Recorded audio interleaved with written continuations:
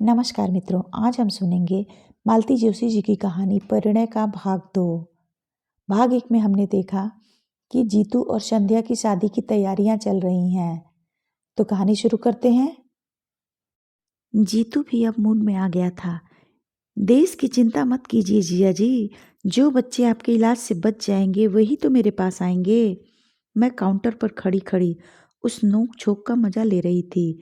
जब बिल चुकाने लौटने लगी तब अनु ने मुझे देखा। नमस्ते आंटी, उसने विनम्रता से सिर झुकाकर कहा और पास आकर खड़ी हो गई। कैसी हो बेटे? माँ कैसी हैं? मैंने औपचारिकता निभाई। माँ का तो आंटी चलता ही रहता है, उन्हीं की दवाइयाँ लेने आई हूँ, उसने कंधे पर लटका बैग खोलकर दिखाते हुए कहा। चलो तुम्हें घर छोड़ दें, मैंने दुकान से बाहर निकलते हुए कहा। न आंटी, मेरे पास तो अपना लौह रथ है, पर यह बताइए आप लोग घर कब आ रहे हैं? उस दिन ताऊ जी कह रहे थे कि जीजा जी एक दिन माँ को देखने जरूर आएंगे। मैंने जीतू की ओर देखा। वह कुछ देर तक सोचता रहा, फिर बोला, अनु जी आपके घर हम आएंगे जरूर, पर एक शर्त है। फरमाइए। कुछ देर वह पसुपेश में चुप रहा, फिर बोला, मम्मा तुम चलकर बैठो, मैं अभी 1 मिनट में आया। बच्चे इस तरह लिहाज करते हैं तो कितना अच्छा लगता है। वैसे शर्त क्या मुझसे छिपी हुई थी? सीमा को भी उसके साथ अनु के पीछे यहाँ बुलाने की बात होगी और क्या। 5-6 दिन बाद एक दोपहर का खाना खाते हुए उसने पूछा, मम्मा शाम का कोई कार्यक्रम तो नहीं है? नहीं तो क्यों? अनु के यहाँ चलना है। मैं चलकर क्या करूँगी रे? यूं ही तुम लोगों को असुविधा होगी। हम लोगों से मतलब यही कि सीमा भी आएगी ना वहाँ? नहीं, उसके साथ सुबह इंदौर कॉफ़ी में डोसा खा चुका हूँ। यही तय हुआ था, उसने रूखे सूखे अंदाज में कहा। मैंने गौर से देखा, उसका चेहरा भी बुझा बुझा सा था। शाम को कुछ यूं ही मूड में हम लोग रवाना हो गए। अपनी कार हम लोगों ने जानबूझकर छोड़ दी थी। हमने स्कूटर ले लिया था जो बाहर बाहर चलता हुआ ठीक उस घर के सामने जाकर रुका था। वह प्रतीक्षा में द्वार पर ही खड़ी थी। हमें देखते ही उसकी आंखें प्रसन्नता से चमक उठी। पहले कमरे में ही अनु की माँ का बिस्तर लगा हुआ था। उम्र पता नहीं क्या रही होगी, पर जीवन संघर्षों और बीमारियों ने उस औरत को बुरी तरह थका दिया था। कुछ औपचारिक चर्चाओं के बाद जीतू बोला, मम्मा आप लोग थोड़ी देर बाहर गपशप करो, तब तक मैं इन्हें देख लेता हूँ। अनु मुझे भीतर लिवा ले गई। 2 ही कमरे थे, बीच में आंगन और उस पर रसोई। उसने बताया कि बाहर के कमरे में रहने से माँ को अकेलापन नहीं सताता। दरवाज़ा भी पलंग पर बैठे बैठे खोल लेती है। सुबह शाम कोठी से कोई नौकरानी आकर चौका बर्तन सफाई कर जाती है, पर बाकी समय तो उन्हें अकेले ही रहना पड़ता है। आंगन में उसने कई गमले लगा रखे थे। मैं मोढ़े पर बैठे बैठे उन खूबसूरत फूलों को देखती रही कि कुछ ही क्षणों में जीतू आ गया। हाथ धुलवाएंगी? जीतू ने कहा। वहीं जामुन के थाले में अनु हाथ धुलवाने लगी। कैसी है माँ? अनु ने अधीरता से पूछा। वह चुपचाप हाथ धोता रहा, बेमतलब देर लगाता रहा। माँ ठीक तो हो जाएंगी ना? उसने दोबारा पूछा। इस बार उसकी आवाज़ कांप रही थी। अनु जी, हमने तो आपका वादा पूरा कर दिया, पर आपकी बात तो अधूरी रह गई। तो इसका हम क्या करें? शर्त तो सिर्फ दीदी को ले आने भर की थी, अब वह बुत बनी बैठी रही तो हम क्या करें? हाँ, आप कर ही क्या सकती हैं? 1 कप चाय तो पिला सकती हैं ना? Oh sure. एकाएक उसका चेहरा खिल उठा। माँ के बारे में पूछते हुए 2 आंसू बरबस गालों पर लुढ़क आए थे। वे अब धूप में ओस कण की तरह चमकने लगे थे। आप थोड़ी देर माँ के पास बैठिए आंटी, मैं चाय लेकर अभी आई। हम दोनों फिर बाहर जाकर बैठ गए। थोड़ी देर तक गुमसुम बैठने के बाद जीतू ने कहा, चाची जी यहाँ आस-पास आपके कोई रिश्तेदार नहीं हैं? नहीं। क्यों बेटा? पर आपका कहलाने लायक कोई तो नहीं? 4 चाचा हैं अनु के, पर पिछले 10 साल से किसी ने एक बार इधर की राह तक नहीं ली। अनु के मामा तो होंगे? एक हैं, और उनका अपना परिवार ही इतना बड़ा है, फिर परिस्थिति भी साधारण है। उन पर बोझ बनने की अपेक्षा अपनी ही कमाई खाना अच्छा लगा। अब तक तो ईश्वर ने आन निभा दी थी, अब 2 साल से लड़की खट रही है। पर तुम क्यों पूछ रहे हो बेटा? कुछ नहीं, ऐसे ही। आप बीमार चल रही हैं, अनु नौकरी करती है, कोई जिम्मेदार आदमी पास रहे तो ठीक रहता है। मुझे मालूम है बेटे, दिन पर दिन मैं खिंचती जा रही हूँ। जिंदगी से मुझे कोई मोह भी नहीं है, पर मुझे इतना जिला लो कि अनु को अपने हाथों से विदा कर सकूं। कहते हुए माँ का स्वर कातर हो आया था। आप तो पता नहीं क्या सोच बैठी। उसके पूछने का मतलब यह नहीं था। मैं ढाढ़स बंधाते हुए बोली, अभी तो आपको जीना है, अनु के बच्चे खिलाना है। शादी हो तो जाए पहले। शादी की चिंता क्यों करती हैं आप? लड़की तो हीरा है। मैंने कहा, उससे क्या होता है बहन जी, कोरी लड़की कौन ब्याहता है। आजकल सच है, भगवान लड़की दे तो तिजोरी भरकर धन भी दे, नहीं तो व्यर्थ है सब। उन्होंने उसास लेकर कहा। उसी समय हाथ में ट्रे लेकर अनु ने प्रवेश किया। माँ ने अपनी रामायण शुरू कर दी ना?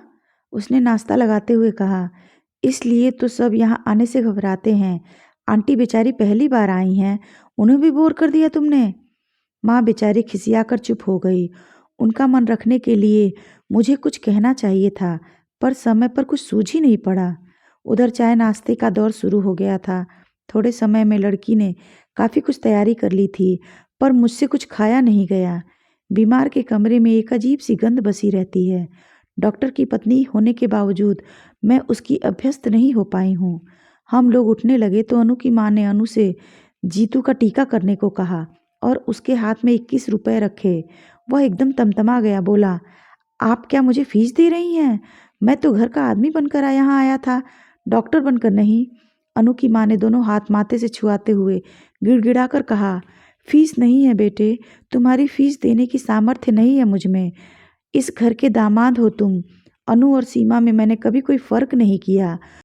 तुम घर के बड़े दामाद पहली बार घर आए हो, खाली हाथ कैसे जाने दूं? चाहिए तो था कि हम बहन जी का भी कुछ सत्कार करते, पर उतनी सामर्थ्य ही कहाँ है। बस हाथ भर जोड़ लेते हैं। इतना कहते हुए वे हाँफ गई थीं। सगुन के रुपए हैं, ले लो बेटा। मैंने जीतू की जेब में जबरदस्ती वे नोट ठूसते हुए कहा। मैंने देखा अनु की माँ की आंखें तरल हो आई हैं। जीतू ने कोई प्रतिवाद नहीं किया, पर वह गुमसुम हो आया था। सड़क तक हमें छोड़ने आई अनु ने भी इसे लक्ष्य किया, बोली, जीजा जी प्लीज़ माँ की बातों का बुरा न मानिएगा। कभी कभी वो बेहद भावुक हो जाती हैं। उनकी तबीयत को देखकर हर बात मान लेती हूँ मैं। आप भी। नहीं अनु, मैंने किसी बात का बुरा नहीं माना। जीतू ने भी उसे आश्वस्त करते हुए कहा। माँ लोगों की बातों का कोई बुरा मानता है भला? अनु तो आश्वस्त होकर घर लौट आई, पर जीतू सारे रास्ते वैसे ही चुप चुप रहा। मैंने समझाया भी, इतना संकोच करने की जरूरत नहीं है। कल को तेरी शादी होगी तो मैं अनु को 20 की जगह 120 की साड़ी पहना दूंगी। पर अगर आज रुपए लौटा दिए जाते तो दोनों माँ बेटी यही समझती कि हम उनकी परिस्थिति का मखौल उड़ा रहे हैं। पर वह उसी तरह गंभीर बना रहा। रात अचानक मेरे मन में एक बात कौंधी और मुझे उसके उखड़े मूड का कारण समझ में आ गया। बत्ती बुझाकर सो चुके थे हम लोग, फिर भी मैं धीरे से उठ आई और जीतू के कमरे का दरवाज़ा खटखटाया। दरवाज़ा खुला ही था और वह रोज की तरह बेड लैंप जलाए पड़ रहा था। मुझे देखते ही हड़बड़ाकर उठ गया और बोला, क्या बात है मम्मा, तुम्हारी तबीयत तो ठीक है ना? उसके स्वर में घबराहट थी। मुझे कुछ नहीं हुआ है रे। पास पड़े स्टूल पर बैठते हुए मैंने कहा, पर मुझे एक बात बता, क्या सचमुच सीमा ने आज तुमसे बात नहीं की? क्यों नहीं? कम से कम इतना तो साबित हो ही गया कि वह गूंगी नहीं है और हकलाती भी नहीं है। मजाक रहने दे, मुझे ठीक से बता। अगर सचमुच उसका व्यवहार ऐसा ही रुखा रहा तो मैं इनसे कल ही कह दूंगी। ऐसी घमंडिन लड़की मेरे घर में नहीं चलेगी। जीतू ने कोई उत्तर नहीं दिया, वैसे ही मुंह लटकाए बैठा रहा। और इस जरा सी बात के लिए तू क्यों मन खराब कर रहा है? दुनिया में क्या और लड़कियां नहीं हैं?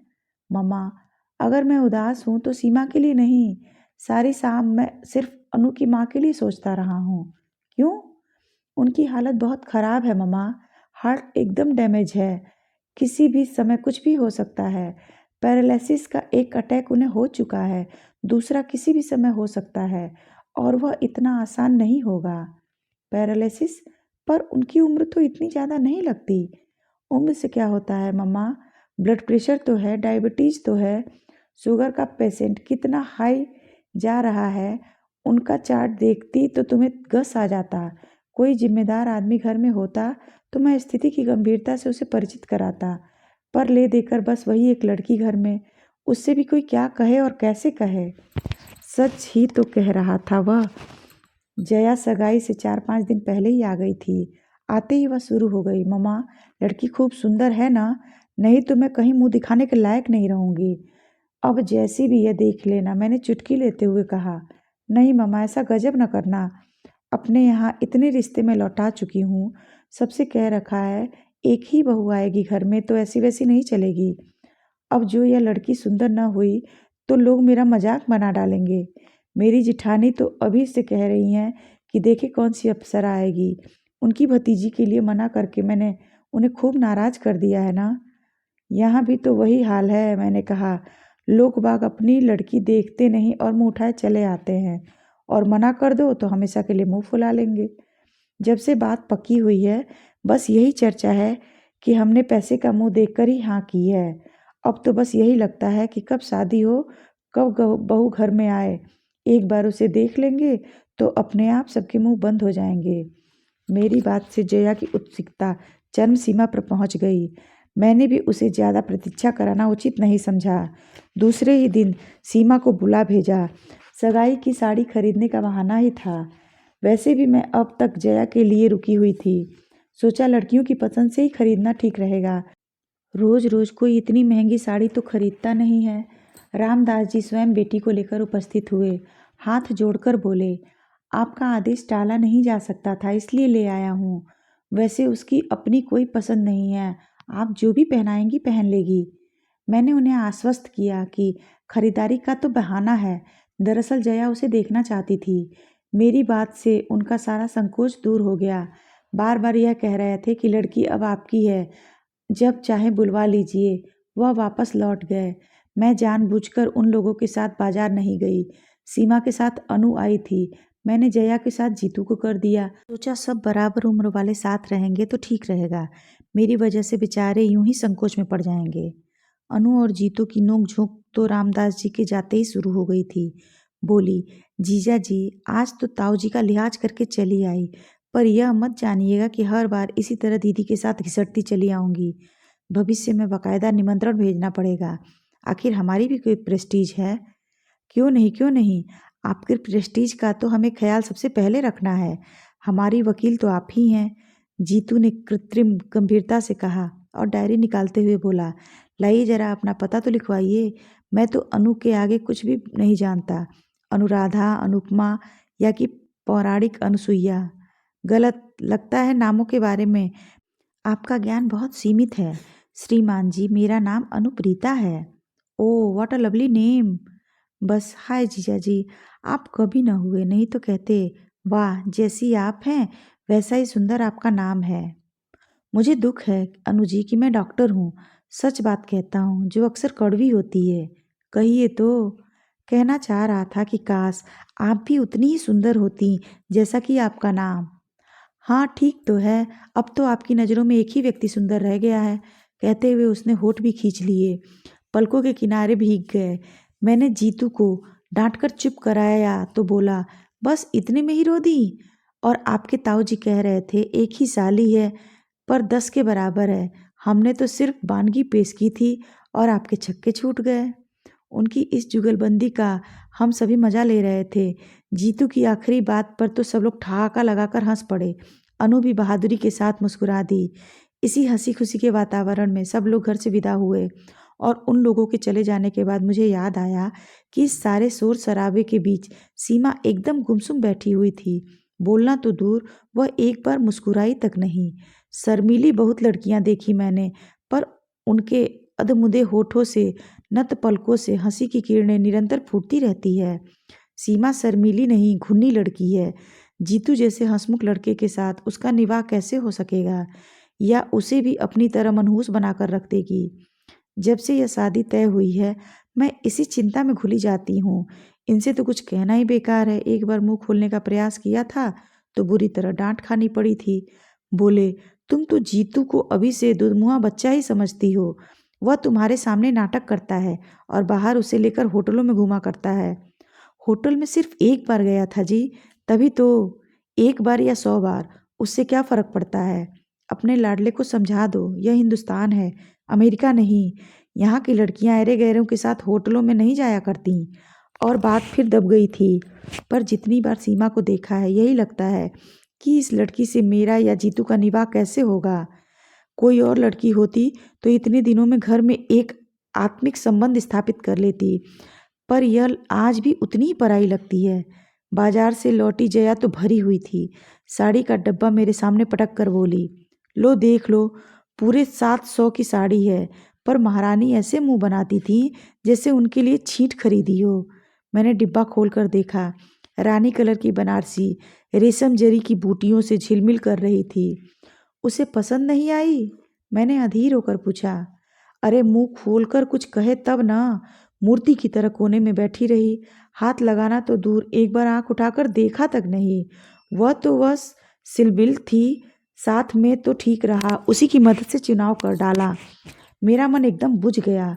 माना कि बड़े घर की लड़की है, बनारसी साड़ी उसके लिए अनोखी चीज नहीं है, पर सगाई की साड़ी के साथ तो एक भावात्मक संबंध होता है। मुंह से कुछ न कहे कोई तो आंखों से ही कुछ कहा जा सकता है। कम से कम जया का मन तो रह जाता। वह तो इतनी आहत होकर लौटी है कि बहू की रूप चर्चा उसके सामने व्यर्थ ही है। मुझे यही तो डर लगता है रे। मैंने कहा, अजीब घुन्नी लड़की है, जीतू के साथ पता नहीं कैसे निभेगी। घुन्नी नहीं है मम्मा, घमंडी है। तुम तो अब अपनी चिंता करो। जीतू के लिए परेशान होने की जरूरत नहीं है। उनकी तो खूब घुट रही है। अभी आते आते भी उसने एक चिट्ठी चुपके से पकड़ाई है, मैंने साफ देखा है। जया की बात ने मुझे सचमुच चौंका दिया। सोचा ये ठीक ही कह रहे हैं। जीतू यूं ही मेरे सामने नाटक करता होगा। यूं भी तो पागलों की तरह उसके पीछे पड़ जाती हूँ। सीमा ने क्या बात की, कैसे की, बेचारा जवाब दे भी तो क्या। कुछ भी हो, मन से एक बोझ उतर गया। सारी तैयारी करते करते रात के 12 बज गए। दूसरे दिन ये लोग ओली डोली डालते जा रहे थे। इतने बड़े घर से संबंध होने जा रहा है। पहली बार हम लोग कुछ लेकर जा रहे थे, पर जैसे सारी चिंता मेरे ही सिर थी और कोई मेरा हाथ बटाने नहीं आ रहा था। जीतू का तो खैर प्रश्न ही नहीं उठता था। जया मुंह फुलाए बैठ गई थी। उसे सीमा जरा भी अच्छी नहीं लगी थी। कल जीतू ने चिढ़ा दिया था कि सीमा के आ जाने से दीदी का सौंदर्य तेज फीका पड़ जाएगा। इसी से नाराज है शायद। बात हंसी मजाक में ही टल जानी थी, पर जया बहुत बुरा मान गई थी। उसकी ओर से किसी सहायता की आशा करना भी व्यर्थ था। सबसे ज्यादा रोष तो मुझे उसके पापा पर आ रहा था। एक बार भी उन्होंने सारा सामान नहीं देखा, न पूछताछ की। मैं बिस्तर पर गई तब वे बड़े मजे से खर्राटे भर रहे थे। इतना ताव आया मुझे, उन्हें झकझोर कर जगाया मैंने और पूछा, सुनो, सुबह जमाई साहब को लेने स्टेशन कौन जा रहा है? ठीक से तय कर लो, नहीं तो समय पर कोई नहीं पहुंचेगा। कोई नहीं जा रहा है, उन्होंने अलसाए स्वर में कहा। क्यों? क्योंकि वे नहीं आ रहे हैं। क्यों? आपको कैसे पता चला? क्योंकि मैंने ही उन्हें फोन करके मना किया है। अरे क्यों? क्योंकि कल का प्रोग्राम कैंसिल हो गया है। क्यों? रामदास जी को हार्ट अटैक हो गया है। हाय राम, क्यों? क्योंकि उनकी लड़की अपने फुफेरे भाई के साथ भाग गई है। क्यों? वह एकदम झल्ला कर उठ बैठे। तुम्हारी इस क्यों का कहीं अंत भी होगा? लड़कियां किसी के साथ क्यों भाग जाती हैं? क्या यह भी मुझे बताना होगा? खिसियाकर चुप हो गई मैं। सच तो है, पागलों की तरह प्रश्न पर प्रश्न किए जा रही हूँ। कम से कम इनकी मनस्थिति का तो ख्याल किया होता। शाम से अनमने हैं बेचारे, पर मुझे अपनी व्यस्तता के बीच ध्यान ही नहीं आया। इस कांड की तो मैंने कल्पना भी न की थी। मन इतना बौखला गया कि अनचाहे मुंह से निकल गया, अब क्या मिठाई बांटो? वह गुर्राए। तुम दोनों माँ बेटे तो शुरू से ही मीन मेख निकाल रहे थे ना। अब तुम्हारे मन की हो गई। घर आई लक्ष्मी दरवाजे से ही लौट गई। खूब आनंद मनाओ अब। क्षोभ उनके हर सबसे टपक रहा था। रामदास जी के घर समधी बनकर जाने का सबसे बड़ा चाव उन्हीं को था, इसलिए सबसे ज्यादा निराशा भी उन्हें ही झेलनी पड़ी। इसके बाद चुप रहने में ही मैंने अपनी खैरियत समझी, पर रात भर मुझे नींद नहीं आई। बार बार सीमा का रूखा व्यवहार याद आता रहा। उसे हम लोगों में कोई दिलचस्पी नहीं थी तो स्वाभाविक ही था, पर घर के लोग कैसे हैं, क्या उन्हें भी अंदाजा नहीं हुआ था? लेकिन लगता है वे लोग सब जान गए थे, तभी तो सब हाथ धोकर पीछे पड़ गए थे। जिस दिन से रिश्ता लेकर आए थे उन्होंने हमें सांस नहीं लेने दी। यह तो ईश्वर की कृपा थी जो समय रहते सारा रहस्य खुल गया। मुझे कमरे में आते हुए उसने दर्पण में देख लिया था। वहीं से बोला, तुम परेशान क्यों हो रही हो मम्मा? मैं अभी सेव बनाकर वहीं आ तो रहा था। मैं तो यूं ही चली आई थी रे। चाय की ट्रे गोल मेज पर रखते हुए मैंने कहा, सोचा साथ साथ चाय भी पी लेंगे और एक बात भी करनी थी।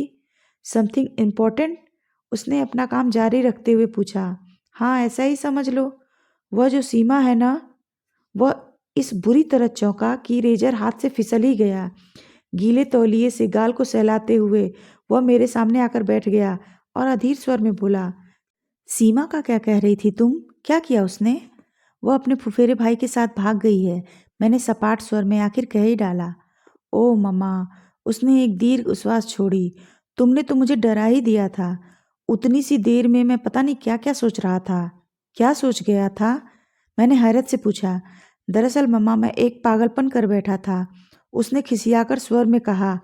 इससे पहले कि मैं कुछ पूछूं, वह उठा और दराज से एक कागज का पुर्जा निकाल लाया और बोला, लो पढ़ो।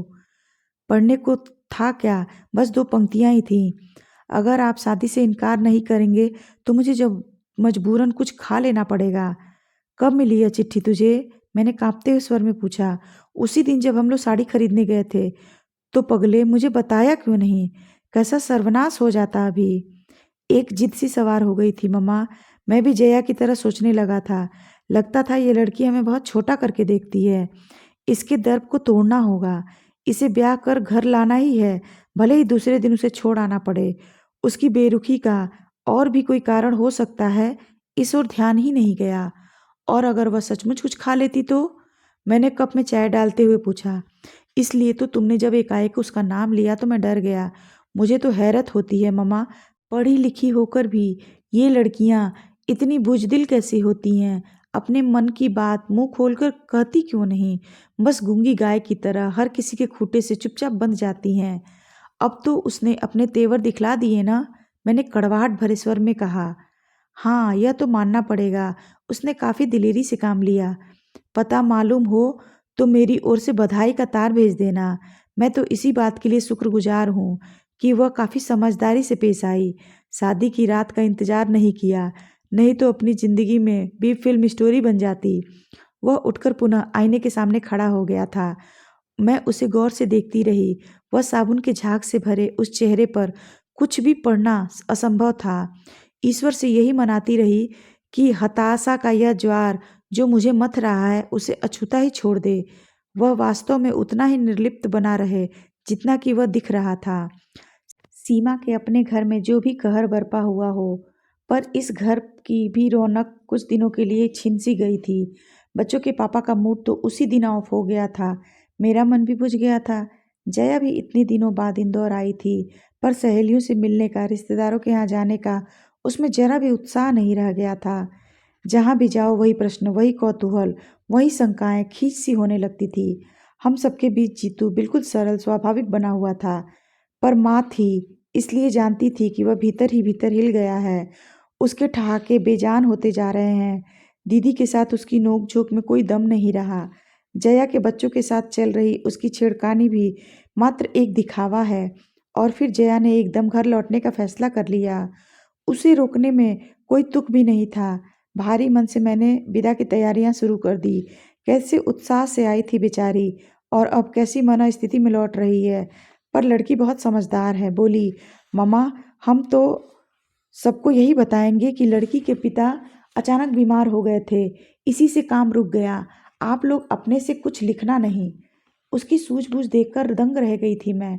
सच लड़कियों को मैके की प्रतिष्ठा का कितना ख्याल रहता है। कुलियों के सिर पर सामान लदवाकर हमने प्लेटफॉर्म पर पैर दिया ही था कि आवाज आई, नमस्ते दीदी, नमस्ते आंटी, नमस्ते जी। मैंने चौंक कर देखा। यूनिफॉर्म की साड़ी पहने बच्चों के एक झुंड से घिरी अनु खड़ी है। आज जा रही हैं दीदी? उसने पूछा। पर उत्तर ही कौन कहे। दोनों भाई बहनों ने उसकी ओर देखा तक नहीं, सीधे मुंह उठाए 3 व्हीलर की तरफ चले गए। बेचारी का इतना सा मुंह निकल आया। मुझे दया हो आई। वैसे भी पीछे से ही घिसट रही थी मैं। पास जाकर पूछा, कैसी हो अनु? माँ ठीक है? माँ ठीक नहीं है आंटी। परसों से बुखार में पड़ी है। उसने उदास स्वर में कहा। तो छुट्टी क्यों नहीं ले लेती? रोज रोज छुट्टी कौन देता है आंटी? फिर यह तो जनवरी का महीना है, रोज ही बच्चों को लेकर किसी न किसी स्कूल में जाना पड़ता है। प्रतियोगिताएं जो चल रही हैं, आज भी मऊ जा रही हूँ। घर पर महरी को बिठा कर आई हूँ। ट्रेन ने शायद सिग्नल दे दिया। प्लेटफॉर्म पर गहमागहमी एकदम बढ़ गई। उसी शोर शराबे में अनु की आवाज़ भी खो गई और अनु भी। जया को ढूंढते हुए मैं भीड़ को चीरती चल पड़ी। लौटते समय मैंने जीतू से पूछा, अनु से बात क्यों नहीं की तूने? उस बेचारी का क्या दोष है? दोष किसी का भी हो मम्मा, सजा तो सभी को भुगतनी पड़ती है। उसके स्वर से चौंक कर मैंने देखा। व्यथा से या रोष से उसका चेहरा काला पड़ गया था। मैंने ठीक ही समझा था। लड़का भीतर ही भीतर हिल गया था और फिर एक बार रिश्तों की बाढ़ सी आ गई। खबर फैलते देर ही कितनी लगती है। फिर शुरू हो गई बरसात फोटो और जन्म कुंडलियों की। सुबह शाम दरवाजे पर परिचित अपरिचित चेहरों की भीड़ जुटने लगी। बढ़ चढ़कर दहेज के आकर्षक प्रस्ताव सामने आने लगे। एक समय था जब इन सारी बातों से मुझे बड़ी खुशी होती थी। लड़के की माँ होने का गौरव जैसे मन में समाता नहीं था, पर अब तो जैसे कोफ्त सी होने लगती है। लगता है जैसे मैंने लड़का नीलाम पर चढ़ा दिया हो। जिसकी बोली सबसे ऊंची लगेगी उसी को मिलेगा। लाख बार समझाया कि अभी हम लोग कुछ कहने सुनने की स्थिति में नहीं हैं, हमें कुछ संभलने का मौका दीजिए, पर लोग इसे भी वरपक्ष की एक अदा ही समझते हैं। फिर से मनुहार शुरू हो जाती है। हम लोग तो जैसे तैसे मान भी जाते, पर जीतू को लड़की दिखाने ले जाना एक टेढ़ी खीर थी। जनता के पास इस समस्या का भी हल था। लोग किसी न किसी बहाने लड़कियों को लेकर घर आने लगे। बाजार में, मंदिर में या सिनेमा हॉल में योजनाबद्ध तरीके से लड़कियों का प्रदर्शन होने लगा। जीतू तो एकदम बौखला गया। बोला, मम्मा तुम सब लोग मिलकर मुझे पागल बना दोगे। भगवान के लिए मेरे पीछा छोड़ दो। जिस दिन कोई लड़की मन की मिल जाएगी, मैं तुम्हारे सामने लाकर खड़ी कर दूंगा बस। अब लड़कियां क्या सड़कों पर पड़ी मिल जाती हैं? पर उससे उलझे कौन? गोमती भाभी के चाचा जी की एक बहुत अच्छा प्रस्ताव लेकर आए थे। अच्छा खानदान था, खाते पीते लोग थे, लड़की सुंदर थी और डॉक्टर थी। जीतू मेडिको पत्नी के पक्ष में कभी भी नहीं था, पर लड़की के पिता ने कहा, डिग्री ले ली है, आप चाहेंगे तो नौकरी करेगी, नहीं तो घर गृहस्थी में भी उसे बहुत रुचि है। जितेंद्र जी चाहेंगे तो घर पर ही छोटी मोटी डिस्पेंसरी खोल लेगी। वैसे उसका कोई आग्रह नहीं है, आप लोग जैसा चाहेंगे। मैंने भी सोचा ठीक तो है, कल को जीतू की प्रैक्टिस अच्छी चल निकली तो डॉक्टर पत्नी वरदान ही सिद्ध होगी। हुनर तो तिजोरी में रखे धन की तरह होता है, जब चाहा काम में ले लिया। उन दिनों वह यशवंतराव अस्पताल में हाउस जॉब कर रही थी। तय हुआ कि वह वहीं चलकर देखा जाए उसे। जीतू से तो साफ साफ कहना व्यर्थ ही था। मैंने बहाना बनाया, छठी मंजिल पर अमुक चाची बीमार पड़ी हैं, उनका मोतियाबिंद का ऑपरेशन हुआ है, तू साथ चला चलेगा तो थोड़ी लिफ्ट की सुविधा मिल जाएगी। वह मना नहीं कर सकेगा। जानती थी अस्पताल के विशाल पोर्ट में स्कूटर टिकाया ही था कि देखा सीढ़ियों पर एक परिचित आकृति हथेलियों में चेहरा छिपाए सिसक रही है।